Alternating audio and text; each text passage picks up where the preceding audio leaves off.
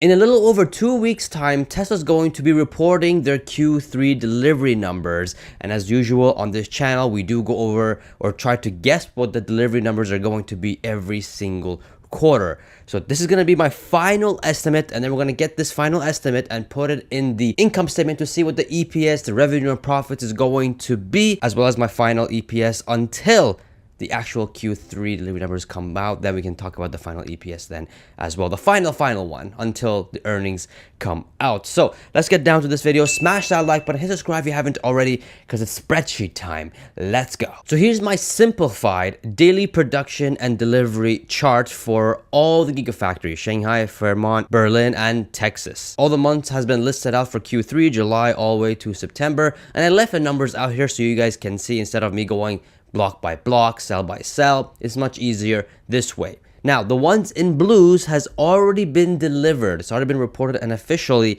by Shanghai that they delivered in July and August, and these are the amounts. The one in yellow or orange are the ones that's been produced. We have to segregate them because, you know, we can't add them both together because we're going to get double numbers, and that's not right. We want to be precise as much as possible. This chart here, based on the information that I know, is about 80% accurate. So we'll see how this goes. So in Shanghai, I do believe in September, this month, they're going to do around 81,000 in production. Now, even though September is a month that Shanghai doesn't produce as much, it's just historical, but I'm keeping it 81,000 because it looks like they keep, you know, bringing out a lot of vehicles. They're producing a lot of cars. Even though I do think it's a little bit optimistic, because if you look at the Tesla inventory chart, the Model Y has been coming down nicely, meaning it's been selling.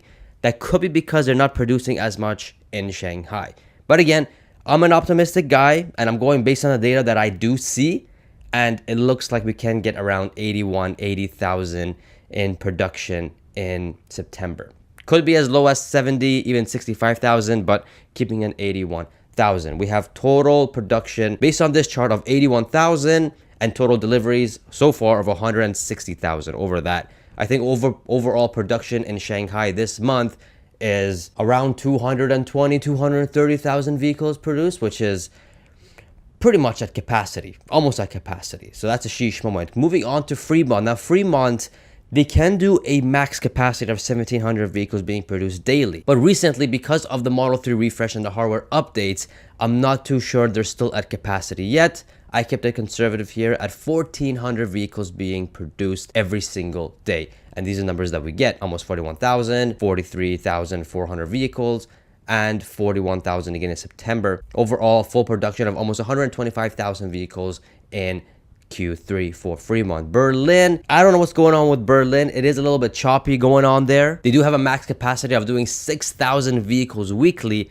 but they're not there yet. I took Berlin a little bit conservatively, and I put a maximum production here of over 56,000 vehicles being produced. Texas, on the other hand, because the Cybertruck's ramping, and we do see the Model Y ramping there as well, I did increase the production capacity here as well. Overall, a total production of over 73,000 vehicles being produced in Q3. Total production, excluding July and August of Shanghai, is 335,000. I'm going to give this a 96% delivery rate. That's about 321,840 vehicles.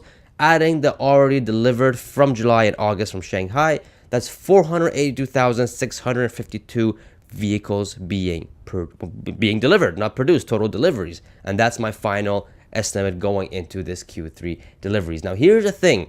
We could see Fremont actually producing a whole lot more than we think. And if that's the case, this number could be closer to 500,000 vehicles. And here's the thing, if Q3 Tesla delivers close to 500,000 vehicles, that's going to be amazing. That's going to be a good day for Tesla investors. That's going to be awesome. Now, here is the thing. If they do 482,000 vehicles, as I have here as my estimate, I suspect that Q4, they would do around 550,000 vehicles in deliveries. If you do that, that's a little over 1.86 million vehicle deliveries. The problem here is, yes, it's more than last year, but it's only up by 3%.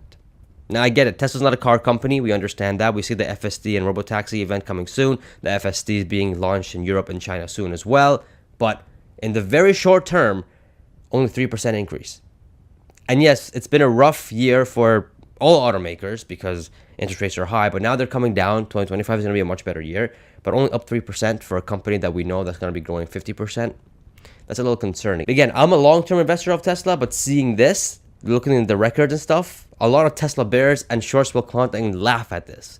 But not every single year you're going to have good years. And Tesla will have a year where they're just going to explode. Which year is that going to be? No one knows. But that year is coming. So forget about Q4. We'll put that in the income statement as well. Let's go see what Q3 numbers could be in the income statement and if it's a beat or not for EPS. So smash that like button. Let's go. So here's my Tesla stock price prediction chart on a quarterly basis. And I have all these available on Patreon as well. So if you guys want to check these out, you guys can click the card in the corner as well. And it's a way of supporting me. So thank you. So what I put here is the average selling price. First thing, I did increase it by a little bit. Looking at the car history, the price history, every single vehicle seems to be going up. Model Y has been stable. It has not been going up or down. So I increased the average selling price just a little bit from 41.7 to 41.9. Now I know they brought their interest rates down, their interest rate for financing Tesla, they're paying for it.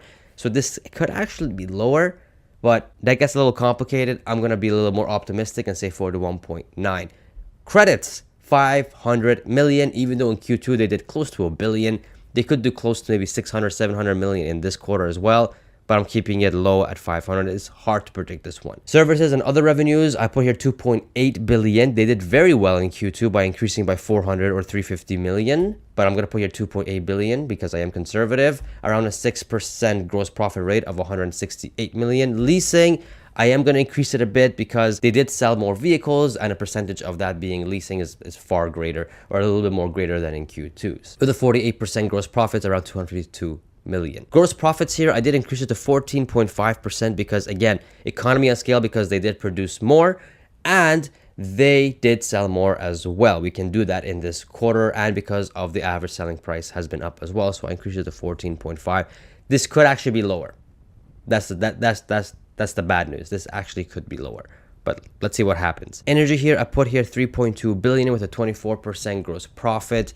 Here's the thing, they have a max capacity of 40. The Lathrop Megapack factory, they have a maximum capacity of only 40 gigawatts a year. So that would mean 10 gigawatts every quarter. And so this is the limit here. It can't go more than that. Now you got Powerwall and solar, but those are little contributions to that. So I put here at 10 gigawatts of 3.2 billion. Same thing with Q4. I mean, these are the same numbers because I don't think they can go higher than that unless they can upgrade. We'll see what happens. They'll let us know in the Q3 delivery report as well how much megawatts they have produced. I'm thinking no more than 10, in my opinion. Comment down below if you guys think that the same. Operating costs, 2.9. Now, the reason why it's not as high as it should be is because all the layoffs they did in Q2, it's being affected now in Q3. Expenses and income statements. Taxes are 500 million. Other income like 350 because they do have a large cash position and interest rates. You can get a good amount of interest rates when you have those invested in a savings account or whatever. So I'm pretty sure Tesla's doing that as well, the cash that they don't need. Stock-based compensation, I put here 400 million. And obviously we have shares outstanding being diluted every single quarter as well. Now let's put the numbers in and see what we get. 482,654 vehicles and bam, look at all these numbers come out. I flippin' love it. So first things first, total GAAP gross margin is dipping lower than Q2's. So that's not good. We have to see this number go up, meaning that if the number is going up, it would mean that Tesla's now their GAAP gross margin is on an increase. If we get 17%, that's not good at all. However, revenue for this quarter is over 27 billion. Net income from operation is 1.7 billion. Net income GAAP of almost 6 billion. And then net income non-GAAP of almost 2 billion. So better than Q2 earnings, that's for sure. EPS non-GAAP of 56 cents. The street right now is also predicting Q3's net income or earnings is going to be 56 cents as well. So it looks like it's gonna be a met expectation. Not a miss, not a beat, is going to be met. Operating margin of 6.3%, so nothing different from Q2. So it looks like this quarter is a stagnant quarter. Yes, earnings are more, but nonetheless, maybe it's a little bit better than Q2's, but it's nothing that can turn heads and go like, okay, now we're gonna be going up. I'm not too sure about that. I think we gotta wait for the macro environment to get better, like interest rates going down. then we can probably have a better Q4, and we'll talk about Q4 in a bit. What could the stock price be, guys? Here's the thing. Right now, the stock price is around 230, around there. In order to have that same stock price with these EPSs, we have to have a PE of 67, around there. Now again, Q3, this is the time where the robotaxi has already been unveiled and the plans have been unveiled and everything, because this is coming out in just October 18th or the third week of October. And the majority of you guys on X, when I asked, it looks like robotaxi is going to be more of sell the news event. So we could possibly see the stock going as low as 200. I don't see it going lower than 190, to be honest, because there's a lot of good things happening. I mean, I believe we're already going to have an interest rate cut already. So I'm going to keep it around like 66 or even 67, keeping it around here, maybe even 70, around 242. I think this would be a realistic number in my opinion. Going to Q4.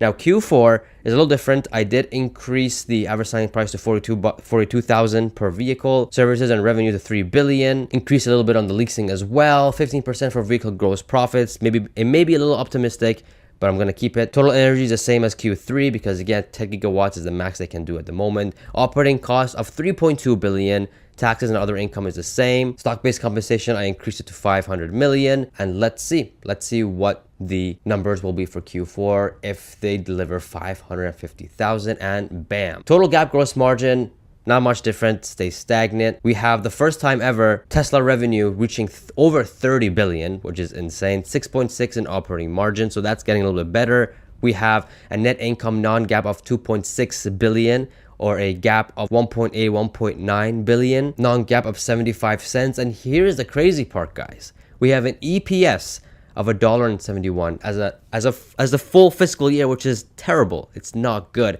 If you guys remember in Q4 of last year of 2023, Tesla had like a $6 billion added on from tax losses. So we may see the same thing again this year because Tesla had a lot of years where they were losing a lot of money. So maybe now they can add it on to their spreadsheet. Again, we have 6 billion in the net income last 4 quarters, meaning that the full year of 2024, Tesla will have over 100 billion in revenue, which is amazing. But the profits is 6 billion, which is not so amazing. If they can somehow pull a rabbit out of the hat and say 7 billion of that will be tax inheritance loss, that will bring the EPS back to 370 as a fiscal year and a net income of 13 billion. Then we can probably, have a better, a better PE and stuff like that. But for now, we're gonna go as it is. And to have the same, here's the crazy part, to have the same stock price of 240, we need a PE of around 140, which is insane. I don't know if that's even 140 PE. I don't know, which is why I think they will have a tax loss inheritance as well in this Q4. My price target for Tesla end of this year is 350. That would mean a PE of 205 or 204, which is just madness. It's insane. I don't even see that with these numbers, to be honest. You know what I mean? I don't see that with these numbers. Previously, I've said that it'd be realistic for Tesla to end the year of 280 around there, which would be a PE of around 164, which is just insane. And I don't think that's even realistic, but we'll see what happens in Q4. And Tesla is a stock that you can't really put a PE to it. For example, when you look at Palantir, they're at 200 PE. 200 PE. I mean, that's crazy.